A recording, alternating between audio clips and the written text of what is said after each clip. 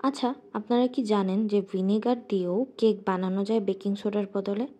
না, না, আমি কিন্তু একদমই মজা করছি না। আমি অ্যাকচুয়ালি বেকিং সোডার বদলে ভিনেগার দিয়ে কেক বানিয়েছি। অ্যাকচুয়ালি না, না, এই কেকের কথা বলছি না। বলছিলাম আমার সেই প্রথম কেকের কথা যেটা একদম ডিজাস্টারাস ছিল। ওটা ধরেন আজ থেকে ঠিক 10 থেকে 12 বছর আগের কাহিনী।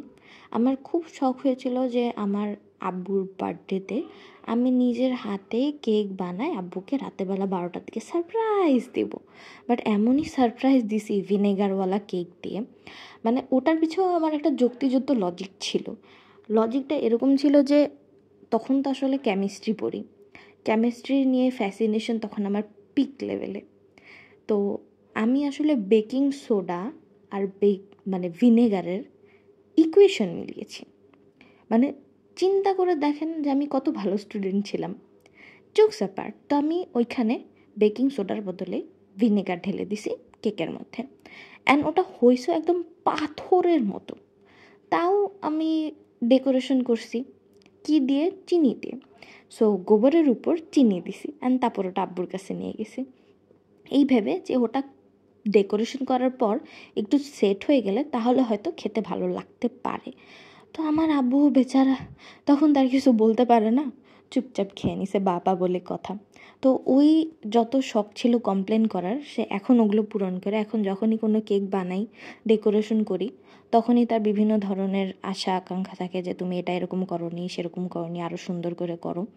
তো আমার হলো এটা ছিল জার্নি, যে ওই প্রথম কেক। এখন যখনই কেউ জিজ্ঞেস করে যে আমি আসলে কেক বানানো কই থেকে শিখছি বা কবে থেকে বানাই, তখন খালি আমার ওই প্রথম কেকের কথা মনে করেন। এখনও স্টিল কিন্তু কেকের সাথে আমার 36-এর আঁকড়া।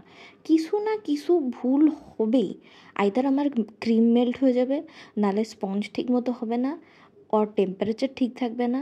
কেকের সাথে বা ডেজার্ট আইটেম যে কোনো জিনিসের সাথে আমার 36-এর আঁকড়া এখনও আছে।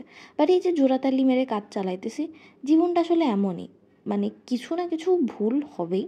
বাট ওই যে জোড়াতালি মেরে কাজ করতে হয়, কিছু করার নেই। এটাই হলো আসলে জীবন।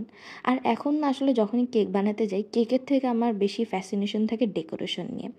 ডেকোরেশনে তো হাইফাই তো করতে পারি না।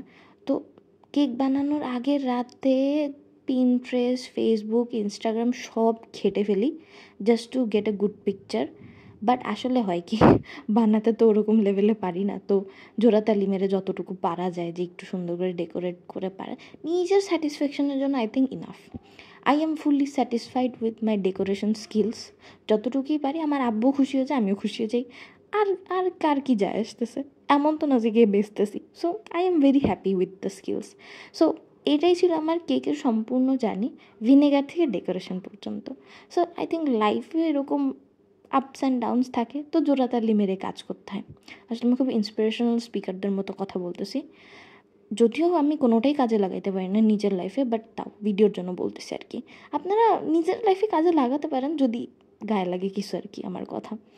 আসলে ইন্টারনেটের আজকাল বেশিরভাগ ইন্সপিরেশনাল স্পিকারদের এই অবস্থা। যারা বেশি জ্ঞান দেয় ওদের লাইফে সবচেয়ে বেশি গড়বড়, ঝামেলা এরগুলো চলতে থাকে। আসলে ইন্টারনেট ইজ এ লাই, এটার আসলে কিছু বলার নেই। But what not is a lie is life, and লাইফে আপস অ্যান্ড ডাউনস তো থাকবেই, বাট এমনি কাজ করতে হবে জোড়াতালি মেরে।